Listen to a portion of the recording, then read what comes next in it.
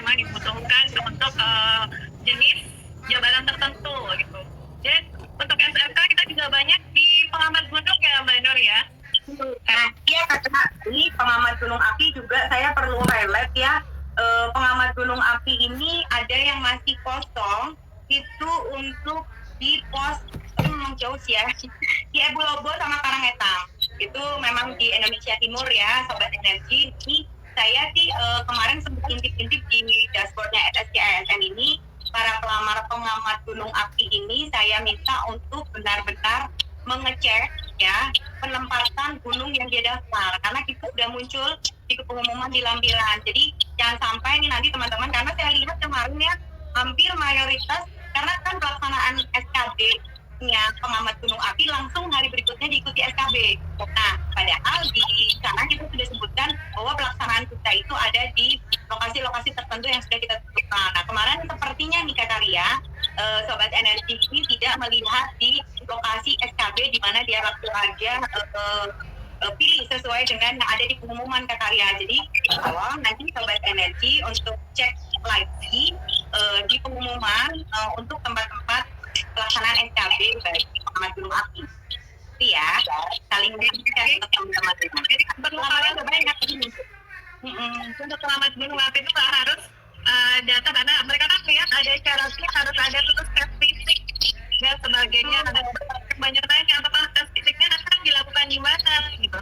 Iya betul, tes fisiknya hari kedua itu SKB di tempat lokasi di kota di mana SKB dilaksanakan. Jadi kan ada SKB CAT ya untuk para pengamat gunung api. Nanti setelah itu juga kita akan lakukan tes SKB-nya itu adalah SKB untuk pengamat gunung api tidak ada SKB CAT, tetapi tes fisik, kemudian psikologi lanjutan, kemudian wawancara dan tes bahasa. Nah, Kak Karya, ini juga pengen menginfokan kembali ke Sobat Energi bahwa kita memang prioritas mencari putra daerah di mana mereka akan ditempatkan.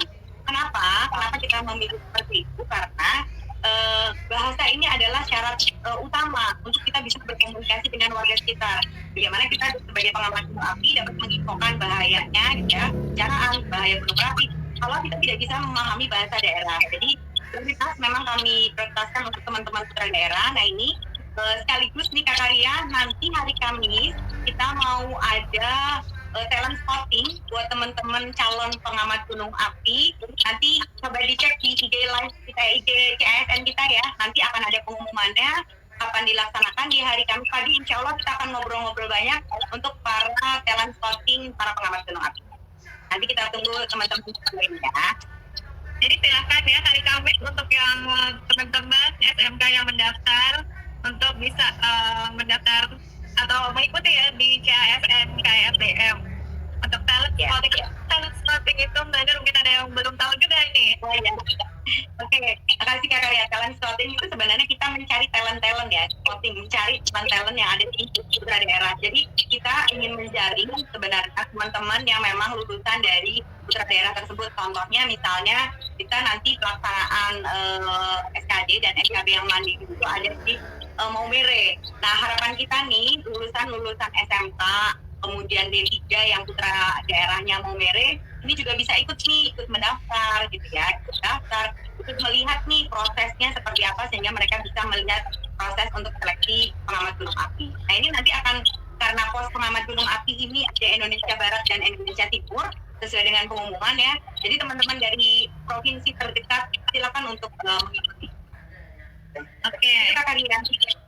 Terima kasih Mbak Nur tadi. Jadi jangan khawatir ya buat teman-teman yang kemarin khawatir mau di mana untuk pelaksanaan tesnya bagi pengamat gunung api ini khusus ya untuk pengamat gunung api. Itu tadi seperti yang sudah disampaikan oleh Mbak Nur, dan jangan lupa selalu mengikuti yang ada di IG ataupun Twitternya CASN KSDM. Nah, selanjutnya ini udah lulus ya, aduh dari tadi ditunggu-tunggu ceritanya. Siapa? Udah bisa harusnya Kak.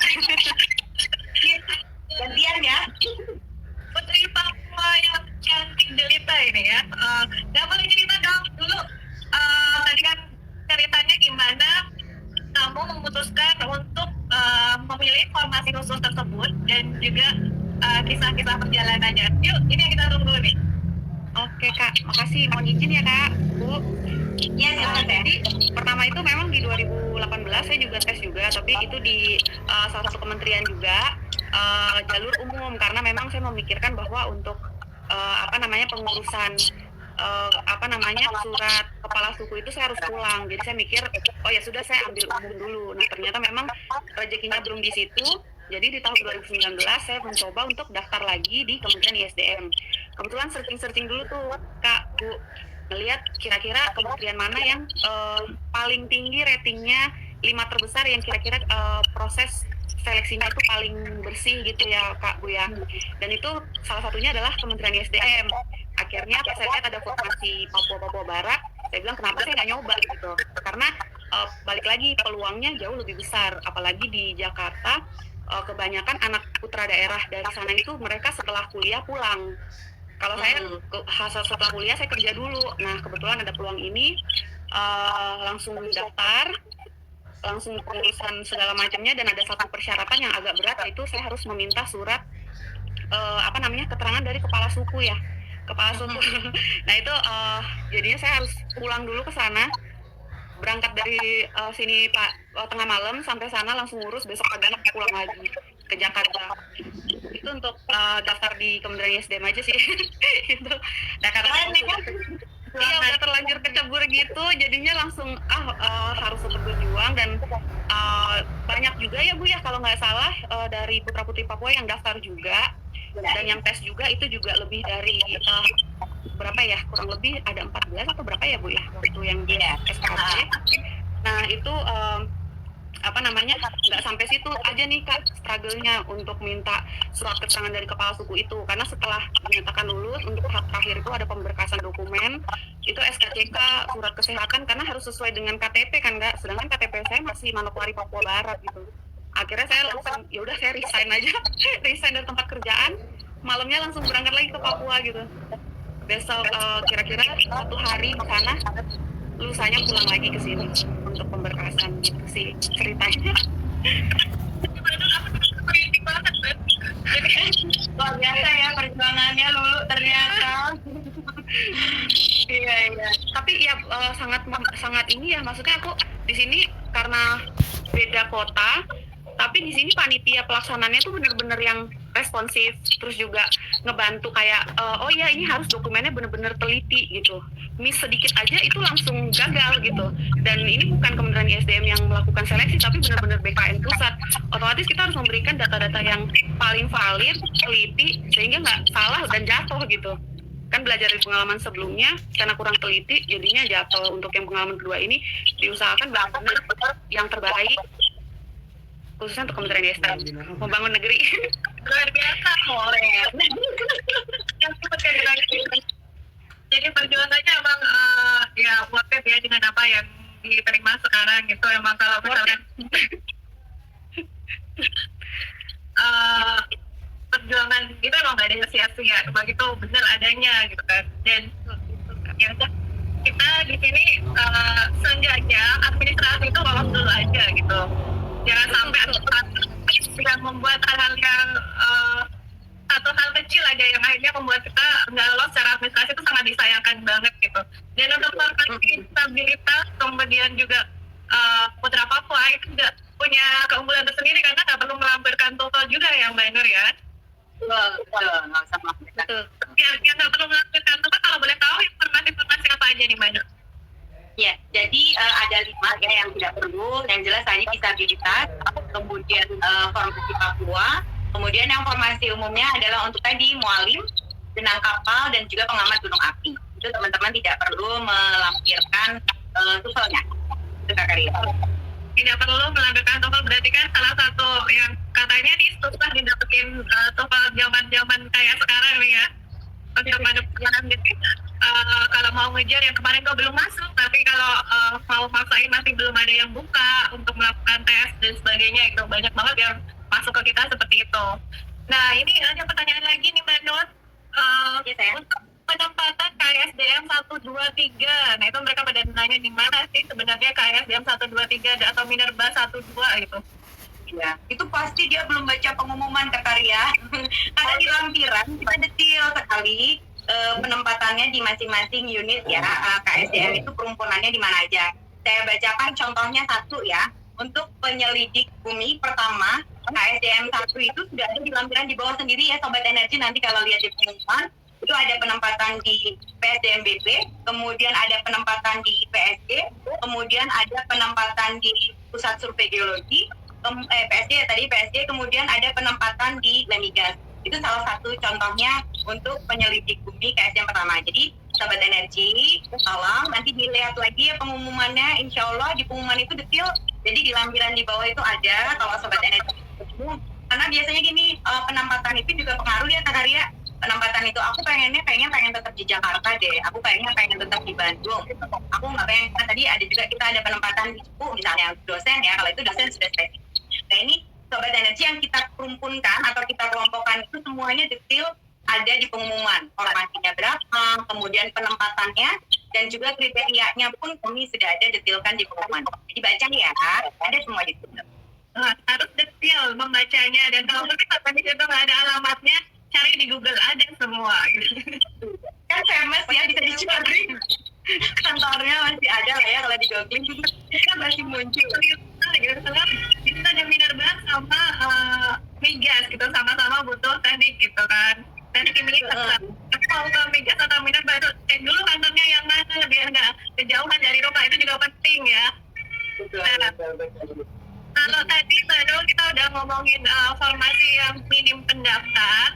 Kalau teman-teman juga pada pengen tahu nih Sobat Energi semuanya, formasi-formasi yang sudah penuh pendaftarnya gitu. Nah, jadi mereka biar melihat peluangnya seperti apa gitu kan, menjadi pertimbangan mereka juga gitu. Oke, jadi sebenarnya kita menyampaikannya ini bukan penuh ya Kak Arya, ini adalah formasi favorit dari tahun ke tahun. Biasanya memang formasi tersebut itu termasuk formasi favorit karena memang background pendidikannya juga memang teknik, dan teman-teman penempatan biasanya di direktorat favorit seperti yang tadi Kak Arya sampaikan, contohnya di Migas, di Minerba ya. Ini yang favorit salah satunya ada analis kegiatan usaha hilir migas, itu juga salah satu formasi yang favorit ya. Kemudian ada lagi untuk analis usaha penunjang minyak dan gas bumi, itu dua-duanya ada di penempatannya di migas dan ada yang di BPH gas. Kemudian analis pengawasan eksplorasi dan eksploitasi, ini ada di Minerba. Nah ini juga biasanya favorit nih Kak Arya, dari tahun ke tahun nih pelamarnya luar biasa antusiasnya ini ya. Nah ini kemudian ya karena memang untuk ini Kak Arya, untuk para pengamat gunung api memang banyak pendaftarnya. Tetapi yang tadi saya sampaikan bahwa Sobat Energi sepertinya tidak membaca detail ini nanti penempatan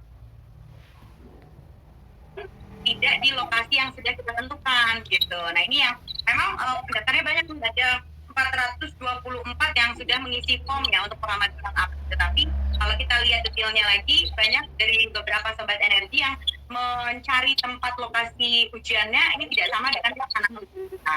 Nah ini sangat disayangkan sebenarnya sih Kakak Tia. Jadi untuk teman-teman yang belum mendaftar lagi secara detail, kemudian lokasi untuk khusus pengamat gunung api kita sudah ada di lampiran itu bahwa tempat-tempat atau kota-kota mana yang akan kita lakukan. Sudah ada kita usahakan ya Kakak. Itu sih kurang lebih formasi-formasi favorit. Kalau yang lainnya masih sama lah ya, Sobat Energi masih kesempatannya masih banyak, silakan gitu. Tapi kita tidak menutup kemungkinan juga Sobat Energi untuk yang mendaftar di formasi tadi masih mendaftar lagi, silakan, karena kan Sobat Energi tetap berkompetisi ya dengan yang lainnya. Silakan saja untuk tetap proses selanjutnya. Itu Kak Arya, karena dari administrasi ini kan belum lolos karena belum kita verifikasi ya. Jadi kalau teman-teman memang sudah berketetapan hati